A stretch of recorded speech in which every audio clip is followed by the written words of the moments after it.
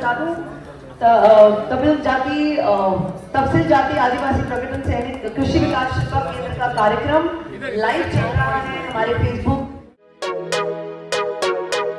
जय श्री शंभू। नमस्कार, मैं सोमेन कोले हूँ, सचिव तफसील जाति आदिवासी प्राक्तन सैनिक कृषि विकास शिल्प केंद्र। हमारा ऑर्गेनाइजेशन आज यहाँ पे एक नेशनल सेमिनार कर रहा हूँ नेचुरल फार्मिंग के ऊपर, क्योंकि आज देखिए देश को आगे ले जाने के लिए, देश को जनगण को आगे ले जाने के लिए, क्योंकि आज सभी लोग, आप लोग जानते हैं क्योंकि मीडिया से जुड़े हुए हैं, कि ऐसा कोई घर नहीं है जहाँ जिसके बीमारी नहीं है। बीमारी आता है कहाँ से? फल फ्रूट सब्जी से आता है। तो ये जो सब्जी जो खेती से होता है, वहाँ से पेस्टिसाइड और खाद डाल के ऐसा बना दिया क्योंकि उसका उपजा हुआ चीज़ खाते ही ज़्यादातर ऐसा होता है। देखिए आज देश में बहुत गवर्नमेंट हॉस्पिटल है, फिर भी नर्सिंग बहुत होता है, लेकिन कोई भी खाली नहीं चलता है, रम करके चलता है। क्यों चलता है? एक ही रीज़न है, जो खाने पीने जो सिस्टम है हमारा इंडिया पे, इसको बदलना चाहिए। तो इसके पहले ऑर्गेनिक खेती तो होता ही था। अभी जो हमारा प्रधानमंत्री मोदी जी का जो सपना है कि नेचुरल फार्मिंग को बढ़ावा देने के लिए, इसके लिए जो गवर्नमेंट ऑफ इंडिया ने एग्रीकल्चर मिनिस्ट्री में 1,52,000 करोड़ रुपया उन्होंने किया है, दिया है। इसके बावजूद भी हाल ही में 2 महीना अभी तक हुआ नहीं, उन्होंने नेचुरल फार्मिंग के ऊपर आगे ले जाने के लिए 2,484 करोड़ रुपया दिया है नेचुरल फार्मिंग को आगे ले जाने के लिए।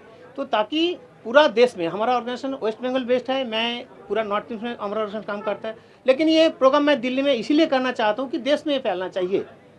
फूड का ऊपर होता है, ड्रेस का ऊपर होता है, बहुत कुछ सेमिनार होता है दिल्ली में, लेकिन इस तरीके से नेचुरल फार्मिंग के ऊपर नेशनल सेमिनार बहुत कम हुआ है। मैंने भी देखा है, क्योंकि ऑर्गेनाइजेशन को काम को चलते हुए मेरे को बहुत सारे स्टेट में आना जाना पड़ता है, मैं देखा है। इसके जागरूकता भी होना चाहिए, तो मैं इसीलिए करना चाहता हूँ कि ये आगे जाए। जय श्री शंभू, नमस्कार। काम हो रहा कॉन्स्टिट्यूशन क्लब में, ये आप लोग देख ही पा रहे हो, पीछे लिखा हुआ है नेशनल सेमिनार और नेचुरल फार्मिंग। तो ये नेचुरल फार्मिंग के ऊपर हो रहा है इसीलिए कि देश को जिस तरीके से हम लोग जागरूकता सोचेंगे, सड़क से होना वो अलग मैटर है, बीज से होता है वो अलग मैटर, लेकिन हमारा जो देश है कृषि प्रधान देश है, किसान के लिए भी सोचना चाहिए। उसके साथ साथ आप लोग हैं, हम लोग जो भी है, जो जिस कैटेगरी से बिलोंग्स करता हूँ, सबको शरीर में ध्यान रखना चाहिए, क्योंकि हेल्थ ऐसा सेक्टर है, हेल्थ अगर किसी को बिगड़ जाएगा तो सारी ज़िंदगी उसको बिगड़ जाएगा। तो हेल्थ का इशू कहाँ से आता है? हेल्थ का इशू यहीं से आता है जहाँ पे उपजा हुआ चीज़ हम लोग खाते हैं, फल फ्रूट से लेके सब्जियाँ से लेके खाते हैं, उसी जगह से ये आता है। तो ज़्यादातर क्या होता है, यहाँ पे जो ज़मीन है, ज़मीन पे जितना उसको खाद डालना चाहिए, प्रोडक्शन ज़्यादा लेने के लिए उसमें क्या करता है, खाद ज़्यादा डाल देता है। उसके साथ साथ पेस्टिसाइड भी उसी हिसाब से यूज़ हो जाता है। तो उसमें जो उपजा हुआ फसल आता है वही हम लोग खाते हैं, चाहे मास्टर हो, चाहे डॉक्टर हो, चाहे वकील हो, चाहे वैसे जो भी है, वही सबको खाना पड़ता है। इसके चलते हुए क्या होता है, बीमारी बढ़ जाता है। आज के डेट में फॉरेन कंट्री से अगर हमारा इंडिया को तुलना करेंगे या विचार करेंगे तो देखा जाएगा इस सेक्टर में हमारा देश बहुत पीछे है। इस सेक्टर को आगे ले जाना चाहिए। भारत सरकार का भी योजनाएं है कि नेचुरल फार्मिंग को और आगे ले जाना है। आप लोग मीडिया में हो, आप लोग मेरे से और अच्छा जानते हो कि एग्रीकल्चर डिपार्टमेंट में जो बजट था 1,52,000 करोड़, उसके छोड़ के भी 2 महीना अभी तक हुआ नहीं है। तो हमारा देश का जो प्रधानमंत्री जी हैं माननीय नरेंद्र मोदी जी ने 2,484 करोड़ सेकेंड फेज में फिर दिया है सिर्फ नेचुरल फार्मिंग के लिए।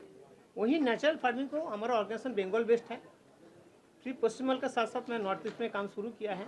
और ऐसे ही पूरा देश में ही आप लोग यहाँ पे थे, देखे थे कि कम से कम 11-13 स्टेट से यहाँ पे आज किसान लोग भी आए थे। यह हर सेक्टर से आया है जो इस काम को आगे ले जाने के लिए काम करेगा। तो हमारा मकसद यही है कि नेचुरल फार्मिंग को बढ़ावा देना जरूरी है, देश को, हम सभी को आगे ले जाने के लिए बहुत ज़रूरी है।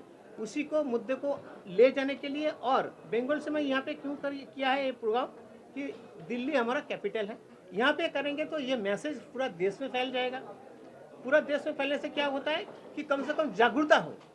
जागरूकता बहुत पहला चीज़ होता है, उसके बाद उसको प्लानिंग के साथ साथ वो फाइनल स्टेज में आता है। तो इसी को जागरूकता देने के लिए ये हमारा प्रोग्राम है, नेशनल सेमिनार और नेचुरल फार्मिंग। जय श्री शंभू। किन किन राज्यों से इसमें शामिल थे आज? इसमें राजस्थान का था, पंजाब का था, बंगाल तो था, उड़ीसा था, झारखंड था, महाराष्ट्र था, कर्नाटक से था, कुल मिला के 13 स्टेशन। सरकार किस तरह से आप लोगों के प्रोग्राम को सहयोग कर रही है? करेगा, निश्चित रूप से करेगा। वहाँ से कुछ ग्रीन सिग्नल मिला है, तभी ना इस प्रोग्राम को हम और आगे ले जाने के लिए कोशिश कर रहा हूँ। भी बोला, ये सबसे महत्वपूर्ण विषय इसलिए हमारे लिए क्योंकि जैसा हम खाते हैं उसी प्रकार से हमारा शरीर विकसित होता है। तो अगर हम पेस्टिसाइड्स खा रहे हैं तो हमारा शारीरिक तौर पे 2 तरीके से हमें नुकसान हो रहा है। शारीरिक तौर पे भी हमें नुकसान हो रहा है और मानसिक तौर पर जो कहीं अधिक महत्वपूर्ण है, मानसिक तौर पर। तो मानसिक तौर पर और अधिक समस्याएं आती हैं। अगर आप कोई मेडिसिन खा के बैठे हैं तो आपके माइंड में अलग अलग थॉट्स चलेंगे। तो साइकोलॉजिकल प्रॉब्लम जो आ रही है, क्योंकि मैक्सिमम जो फॉरेन में भी रिसर्च है कि हमारी 90% समस्याएं जो डॉक्टर्स के पास हम जा रहे हैं वो साइकोलॉजिकल प्रॉब्लम्स को लेकर के। तो 90% प्रॉब्लम्स हमारी इस खाने से आ रही है। तो अगर हम खाने को कंट्रोल करेंगे तो हमारी ये बीमारियां भी दूर होंगी। तो बहुत शारीरिक की बात करें हम तो कैंसर्स वगैरह जैसी प्रॉब्लम हमारी आ रही है वो भी हमारी दूर होंगी और मानसिक बीमारियां भी हमारी सही होंगी अगर हम वापस अपने सनातन धर्म पे जाएंगे और जैविक खाद का प्रयोग करेंगे, वही गाय के गोबर और गौमूत्र का प्रयोग करेंगे। जो नेचुरल फार्मिंग के विषय पर यहाँ पर बात हुई है और जो हमारी जैविक खेती है, जो खेती करने का तरीका है वो धीरे धीरे बदल सा गया है। आज हम बहुत सारे ऐसे खादों का प्रयोग कर रहे हैं, कीटनाशक दवाओं का प्रयोग कर रहे हैं, जिससे हमारी खेती कहीं ना कहीं हमारी खेती विनाश की तरफ जा रही है। उस पर लेकर के हम सभी लोग यहाँ पर आज विचार विमर्श कर रहे हैं और इसीलिए इस नेशनल सेमिनार का आयोजन किया गया है। हमारा आधार जो हमारे पूर्वज थे, जो हमारे बुजुर्ग थे, उनका खेती करने का तरीका था। हमारा पशुधन का जो गोबर होता है उसके आधार पर हम खेती करते थे। अपने आसपास में बहुत सारी खाद के सामग्री जो स्वतः ही किसान उसे पैदा करते थे, किसानों के पशुधन से जो पैदा होता था, चाहे गाय के गोबर की बात करें, चाहे भैंसों के गोबर के, उससे बहुत सारे ऐसे संसाधन है हमारे पास थे। मगर अब धीरे धीरे हमारा जो किसान वर्ग है वो ऐसे कीटनाशक दवाओं की तरफ जा रहा है, खादों की तरफ जा रहा है, जो कहीं ना कहीं, चाहे हम फसलों की बात करें, चाहे हम अपनी सब्जियों की बात करें, आप देख रहे हो कि सब्जियों में भी कहीं ना कहीं केमिकलों का प्रयोग किया जा रहा है। तो बहुत सारे ऐसे पॉइंट हैं जिन्हें लेकर के इस सेमिनार का आयोजन किया गया है। और हम उत्तर प्रदेश से आते हैं। मैं भारतीय किसान यूनियन कृषक शक्ति का राष्ट्रीय अध्यक्ष हूँ और बहुत सारे ऐसे संगठनों के लोग यहाँ पर इस विषय में